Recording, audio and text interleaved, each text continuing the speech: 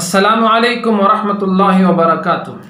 محترم سامعین، روزے کی حالت میں کچھ لوگوں کو یہ شکایت ہوتی ہے کہ انہیں بھوک اور پیاس برداشت نہیں ہوتی، جس کی وجہ سے روزہ ان پر بہت بھاری پڑتا ہے۔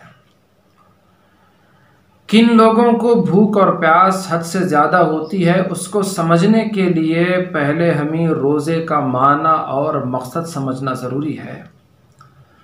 شریعت میں روزہ کہتے ہیں الامساک عن الاکل والشرب والجماع نہارا، دن میں کھانے پینے اور جماع کرنے سے رکنے کا نام روزہ ہے۔ انسان میں دو ایسی خواہشات اور ایسے جذبات اللہ نے رکھے ہیں کہ اگر وہ حد سے تجاوز کر جائے تو انسان اور درندے میں کوئی فرق نہیں رہتا۔ وہ دو جذبات ہیں، ایک پیٹ کا جذبہ، پیٹ کی خواہش، اور دوسرا ہے پیٹ کے نیچے کی خواہش۔ جب پیٹ کی خواہش بڑھتی ہے تو انسان کو اپنے اور پرائے کے مال میں کوئی فرق معلوم نہیں ہوتا۔ بیواؤں کا مال کھانا اسے آسان ہوتا ہے، یتیموں کا مال ہڑپ لینا اس کے لیے سہل ہوتا ہے۔ مسجد کا متولی رہتے ہوئے مسجد کا مال کھانے سے اسے اللہ کا ڈر محسوس نہیں ہوتا۔ قبرستانوں کا مال لوگ کھا جاتے ہیں، مدرسوں کا مال کھا جاتے ہیں، مسکینوں کا، لاچاروں کا مال کھا جاتے ہیں۔ اسی طرح جب پیٹ کے نیچے کی خواہش بھی حد سے زیادہ ہوتی ہے، تجاوز کر جاتی ہے، تو انسان اپنی اور پرائے کی بیوی میں کوئی فرق نہیں کرتا۔ نوبت یہاں تک پہنچ چکی ہے کہ سالی بہنوئی، ساس داماد، سسر اور بہو کے رشتے ناپاک ہونے کی خبریں اخبارات کی سرخی کیا کہوں سیاہی بنتی چلی جا رہے ہیں۔ مغربی کلچر اللہ کی پناہ، جہاں والدین اور اولاد کا مقدس رشتہ بھی جنسی جذبات اور خواہشات کی وجہ سے تار تار ہو رہا ہے۔ اللہ تبارک و تعالی نے انہی لوگوں کو قرآن مجید میں ان الفاظ کے ساتھ بیان کیا، وَلَقَدْ ذَرَأْنَا لِجَهَنَّمَ كَثِيرًا مِنَ الْجِنِّ وَالْإِنسِ، بہت سے لوگوں کو ہم نے جہنم ہی کے لیے پیدا کیا ہے۔ لَهُمْ قُلُوبٌ لَا يَفْقَهُونَ بِهَا، دل تو ہیں ان کے پاس لیکن سمجھتے نہیں ہیں۔ وَلَهُمْ أَعْيُنٌ، آنکھیں ہیں، لَا يُبْصِرُونَ بِهَا، لیکن انہیں نظر نہیں آتا۔ وَلَهُمْ آذَانٌ لَا يَسْمَعُونَ بِهَا، کان ہیں پر سنائی نہیں دیتا۔ أُولَئِكَ كَالْأَنْعَامِ، وہ تو جانوروں کی طرح ہیں، بل ہم اضل، بلکہ ان سے بھی زیادہ گئے گزرے ہیں۔ تو جب یہ دو خواہشات حد سے تجاوز کرنے کے بہت زیادہ امکانات ہیں، اللہ تبارک و تعالیٰ نے روزہ جیسی مقدس عبادت دی، اور انہی دو چیزوں پر اللہ نے کنٹرول کرنے کے لیے ان کے حلال کو بھی اللہ نے حرام کر دیا دن کی حالت میں روزہ رہتے ہوئے۔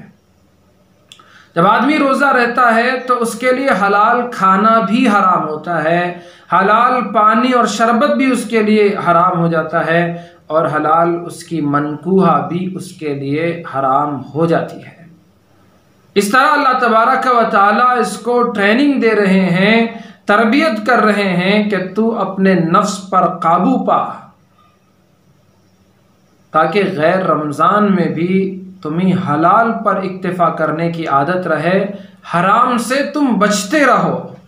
اور یہی حلال کو اپنانا اور حرام سے بچنا تقوی اور پرہیزگاری کہلاتا ہے، جس کو قرآن مجید میں اللہ پاک نے واضح کیا، یا ایھا الذین آمنوا کتب علیکم الصیام کما کتب علی الذین من قبلکم لعلکم تتقون، اے ایمان والو تم پر روزے فرض کیے گئے جیسے پچھلی امتوں پر فرض کیے گئے تھے، لعلکم تتقون، مقصد یہ کہ تم پرہیزگار بن جاؤ۔ تو یہ روزے کا مقصد ہے۔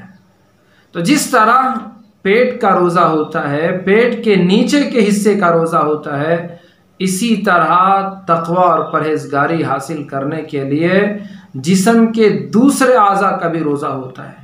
کان کا روزہ ہوتا ہے، آنکھ کا روزہ ہوتا ہے، زبان کا روزہ ہوتا ہے، جسم کے دیگر اعضاء کا روزہ ہوتا ہے۔ کان کا روزہ یہ ہے کہ آدمی گانے سننے سے بچے، بری بات فحش بات سننے سے بچے، غیبت اور چغلی سننے سے بچے۔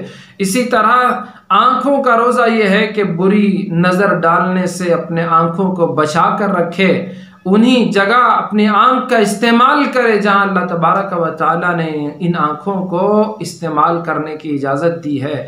اسی طرح زبان کا روزہ یہ ہے کہ آدمی بری باتوں سے بچے، جھوٹ سے بچے، گالی گلوچ سے بچے، غیبت سے بچے، چغلی سے بچے، کسی کو دکھ دینے والے کلمہ اپنی زبان سے ادا کرنے سے بچے۔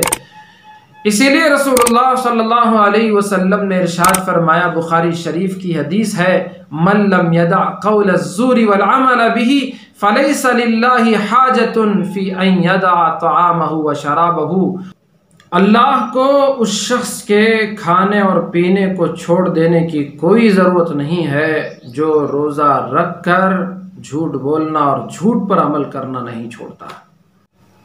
تو روزہ رکھ کر آدمی جھوٹ اور اس طرح کے تمام حرام افعال اور اقوال جن سے اللہ اور اس کے رسول نے منع کیا ہے، اگر نہیں رکتا ہے تو پھر روزے کا مقصد اسے حاصل نہیں ہوتا۔ اور انہی لوگوں کو روزے میں تکلیف محسوس ہوتی ہے، بھوک اور پیاس حد سے زیادہ انہی لوگوں کو ہوتی ہے جو روزہ رکھ کر بھی اپنے آپ کو ان جیسی چیزوں سے نہیں روکتے، نہ جھوٹ بولنے سے رکتے ہیں، نہ غیبت کرنے سے رکتے ہیں، نہ چغلی کھانے سے رکتے ہیں، اور اسی طرح دوسرے ایسے افعال اور اقوال جن سے اللہ رسول نے منع کیا ہے ان سے نہیں رکتے، تو انہی کو زیادہ بھوک اور پیاس کا احساس ہوتا ہے۔ رسول اللہ صلی اللہ علیہ وسلم نے ایک مرتبہ حضرات صحابہ اکرام کو حکم دیا کہ تم روزہ سے رہو اور میری اجازت لے کر تم روزہ افطار کرو۔ چنانچہ حضرات صحابہ اکرام نے روزہ رکھے اور شام ہوئی تو ایک ایک کر کے حضور علیہ السلام سے افطار کی اجازت لینے کے لیے آئے۔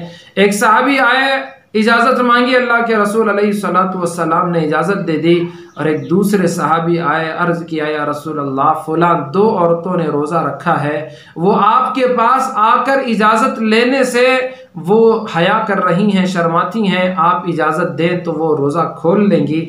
اللہ کے نبی علیہ السلام نے اس صحابی سے اپنے چہرے انور کو پھیر لیا۔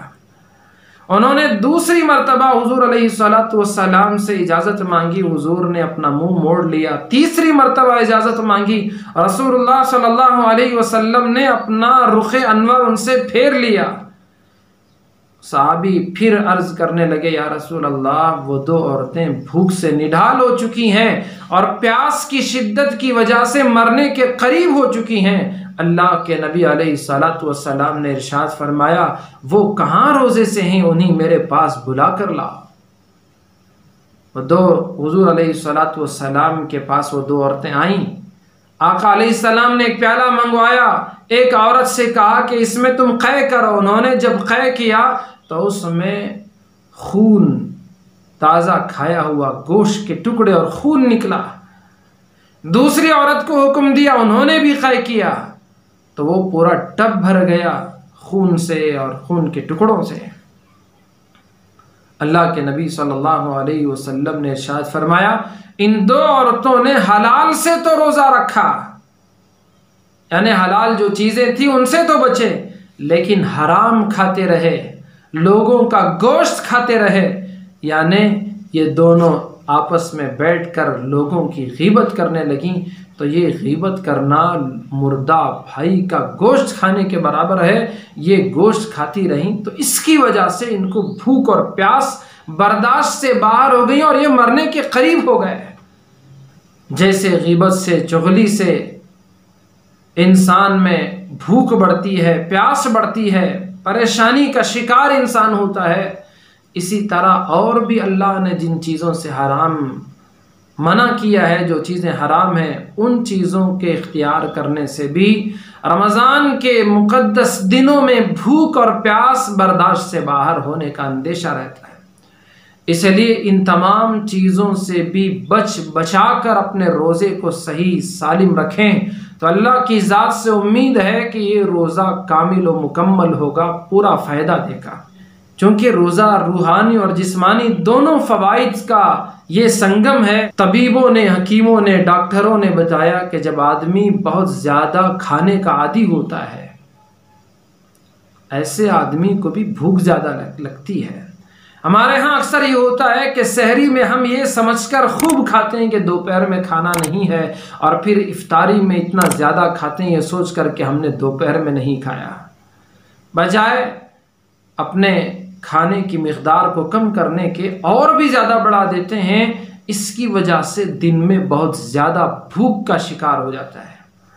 اللہ کے نبی علیہ الصلاۃ والسلام نے ارشاد فرمایا، بِحَسْبِ ابْنِ آدَمَ لُقَیْمَاتٌ یُقِمْنَا صلبہ، ابن آدم کے لیے چند لقمے کافی ہیں جو اس کی پیٹھ اور کمر کو سیدھی رکھنے کے لیے ہوں۔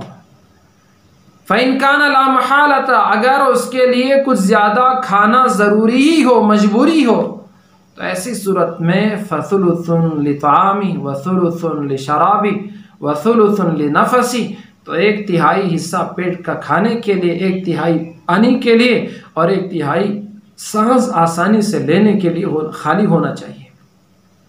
اگر ایسی مقدار میں ہم سحری اور افطار کریں تو اس سے یقیناً روح کو بھی فائدہ ہوگا اور انسان کے جسم کو بھی بڑا فائدہ ہوگا۔ جسم میں کئی بیماریاں پنپنے لگتی ہیں جب انسان بھوکا پیاسا رہتا ہے، تو جسم کے دوسرے حصوں سے معدہ ان فاسد مواد کو کھینچ کر اپنے اندر جمع کرتا ہے، اور یہ فضلہ انسان سے باہر نکل جاتا ہے، خارج ہوتا ہے، تو انسان بڑی موذی امراض سے بچ جاتا ہے۔ ہارٹ کے مریض کے لیے خاص طور سے روزے کو ڈاکٹر اور طبیب تجویز کرتے ہیں۔ اسی طرح دیگر امراض میں بھی روزہ بہت مفید ہوتا ہے۔ اس لیے اگر ہم جتنی بھوک ہے اس سے تھوڑا سا کم کھائیں سحری میں، افطار میں، تو انشاءاللہ روزے میں نہ بھوک پیاس کا احساس ہوگا اور نہ ہی روزے کی وجہ سے کوئی تکلیف ہوگی، بلکہ صحت میں اور زیادہ اضافہ ہوگا۔ اللہ تبارک و تعالی مجھے آپ کو سمجھنے کی توفیق عطا فرمائے۔ آمین۔ وآخر دعوانا ان الحمد للہ رب العالمین۔